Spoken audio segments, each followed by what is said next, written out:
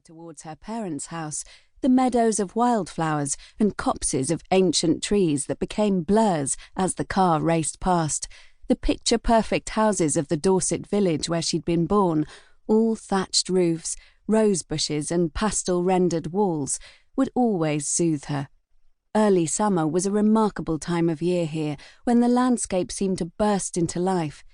She'd left many troubles behind when she'd left Gillypuddle, but she'd left good memories and good people too. She couldn't deny that it would be nice to catch up with those people again, relive some of those memories, and maybe make some more. "Nice place," the taxi driver remarked approvingly as he pulled up outside the sweeping driveway.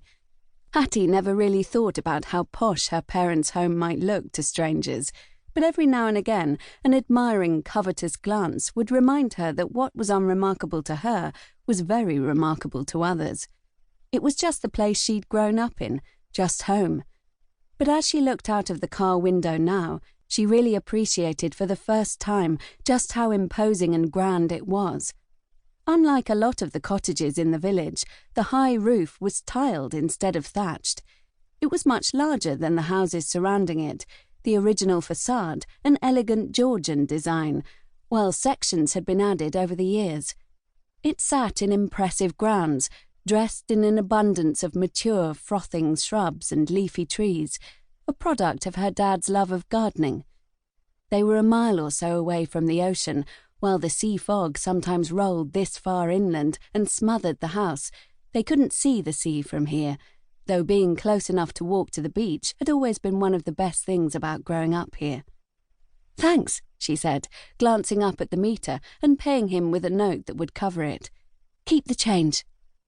The driver tipped an imaginary cap and got out to fetch her bags from the boot. Hattie walked round to the back of the car and found he'd already placed them on the ground for her. "All right now?" he asked. "Yes, thanks," Hattie said. "I can manage now." "Right-o." With another brief nod, the driver got back into his car and drove away. Hattie looked up at the house and took a deep breath. Her mum and dad would be happy to see her, wouldn't they? Grabbing her bags, she walked up to the house. She'd soon find out, one way or the other. "Hello?"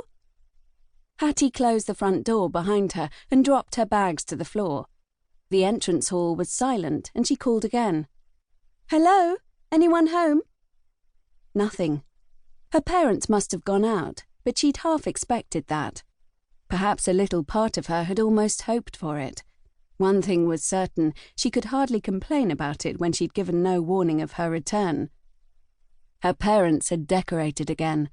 The grand entrance, and it was just that, a room that opened out to various doorways and a staircase that curled into the next 2 floors, had been covered in a heavy paper last time she'd been to visit, but now the paper had been stripped and the walls had been painted in contrasting variations of sage and cream.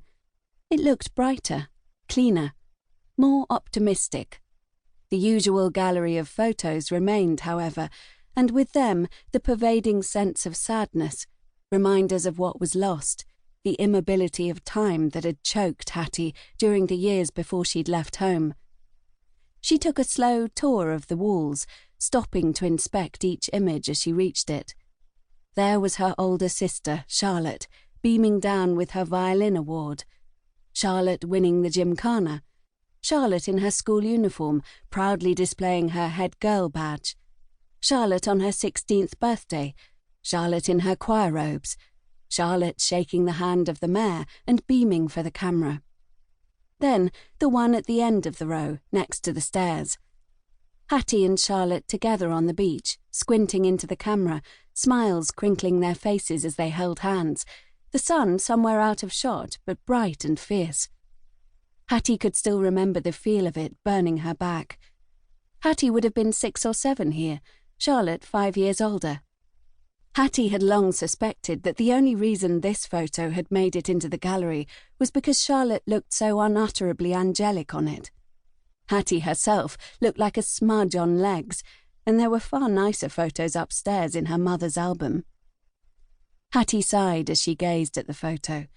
Her parents would never stop mourning Charlotte, and Hattie would never expect them to, but sometimes